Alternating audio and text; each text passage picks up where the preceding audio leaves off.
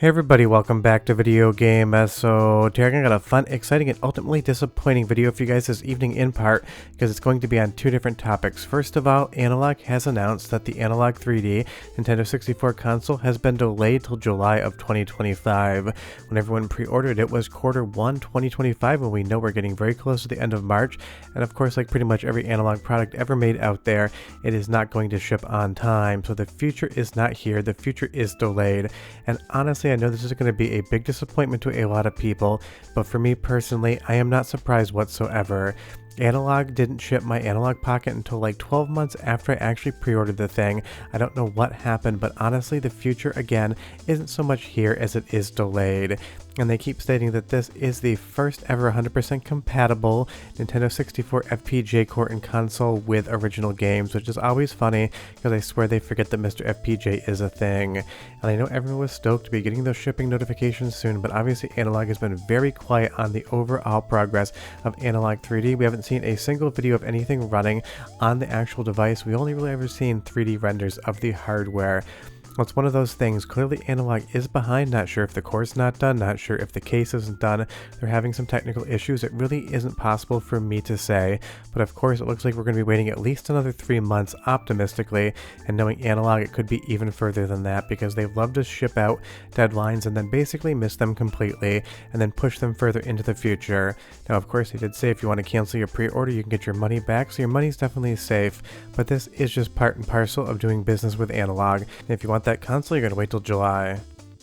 Which of course is disappointing, but again, if you want to play Nintendo 64 and FPGA today with 100% compatibility across all of the regions, Japanese, PAL, and North American, as well as a ton of homebrew and fan games, MiSTer FPGA has had this accomplished for almost a year now, and that is again one of those funny things when it comes to the marketing from Analogue. They just make it sound like no one has done it before, and I will have a video soon. I've been testing some more homebrew games, including the N64 Brew homebrew competition on MiSTer FPGA, and everything has worked exactly as expected, with no issues whatsoever. So I understand you can't just put a cartridge into your MiSTer FPGA and play Nintendo 64, but it sounds like somebody else is going to be having one soon. It seems like Analogue is going to have some competition moving forward, and that is because ModRetro has been teasing some things on Twitter as of yesterday about a Nintendo 64 FPGA console. And if you're not familiar with the company, it is basically Lucky Palmer's own company that made a Game Boy Color style FPGA console that takes original cartridges. And they've been talking about Nintendo 64 as well, and I'll get into that in just a moment. But a little bit of a note, I understand that Palmer Luckey also owns a weapons company, and it's one of those things, I know a lot of people don't like that, and that is totally fair, but let me remind you of one thing. Every single FPGA chip you've ever played a video game on, including the FPGA chip in every Analogue device as well as MiSTer FPGA, is made by a company that has a ton of military contracts. So the same FPGA chip on your MiSTer FPGA has flown supersonically from one area of the world to the other and exploded in some very dramatic fashion. So I get it, if you don't want to support ModRetro, that's totally up to you, and I would support you if you choose that you don't want to do it, but it's one of those things. Before you leave the comment down below, just remember that all technology gets used for many different reasons, and that is one of them for pretty much every FPGA chip out there. But moving over to Palmer Luckey's tweet as of yesterday, he gave you an option to vote on two different logos, and he does it via the matrix with the red pill and the blue pill, and I'm not quite sure, but I think those are just NyQuil clip arts down there. One for the daytime when you don't want to be drowsy, and one for nighttime when you want to sleep. But all Dayquil and NyQuil jokes aside, this is obviously a Nintendo 64 controller. There's only two controllers out there with 3 prongs. One is a Nintendo 64, the other one is a prototype controller for the 3DO M2. So ModRetro, if you want to make an FPGA 3DO M2, call me. I'd be happy to support you guys in doing it. But honestly, considering Analogue is now delayed at least 3 months, it kicks the door wide open for somebody like ModRetro to show up first with an FPGA console that reads cartridges, and that would be absolutely funny to see if Analogue 3D ended up 3rd place in a 3-player race, because obviously MiSTer's already here. ModRetro now seems to be teasing a Nintendo 64 FPGA console, and you can even see at the top here, if I brighten this image ever so slightly, you can see exactly where the analog stick is on the Nintendo 64 dead center, so there is no question. This is 100% a Nintendo 64 controller, and ModRetro did repost Palmer Lucky's tweet as well. So obviously they are planning on making a Nintendo 64 FPGA console. Maybe it's just in the planning stages, maybe they're halfway through, maybe they're 2 months away from shipping. We really don't know, but obviously the FPGA Nintendo 64 game is heating up. And outside of being able to read cartridges, if you just want that today, MiSTer FPGA 100% has you covered, because Robert FPGA Zoom Spots did an absolutely outstanding job recreating the entirety of what a Nintendo 64 is in FPGA on the MiSTer side of things. I've tested this thoroughly, I've done so many different videos, talked about the overall development process, so this is one of those things. We've had Nintendo 64 and FPGA for a while, but Analogue was offering something that MiSTer couldn't do, which was reading original cartridges. You put your Mario 64 cart in Analogue 3D, you hit power, and it just turns on and starts working.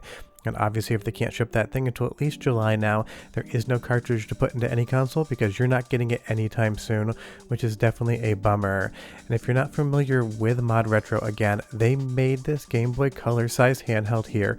That's basically a Game Boy Color and FPGA. Just think Analogue Pocket, except made by a different company.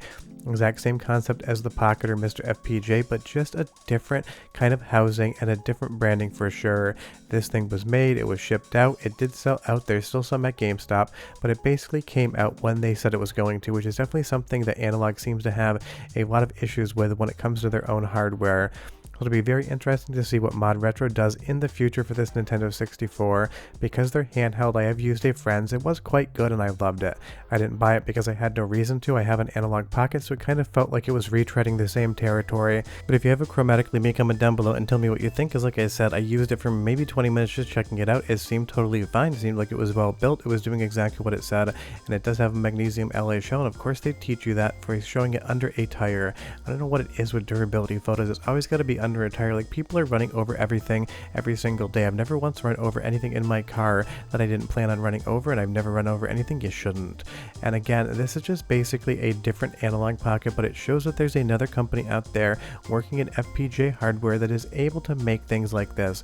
And trust me, a handheld is a lot more difficult of an engineering task than a console is.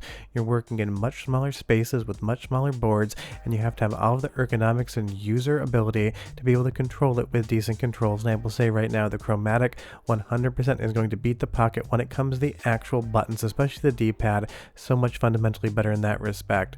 But of course, they also do other things. It'll be interesting to see if they decide to self-publish some Nintendo 64 games, because ModRetro is releasing new cartridges in new packages for their handheld. These will also work on regular Game Boy Colors from what I've heard. So they definitely are making a run for it in the FPGA space, and on console side of things, we only really ever have Analogue. And again, I don't care how much they say this is the first time that Nintendo 64 is going to be an FPGA. It's like they absolutely forgot my best friend here.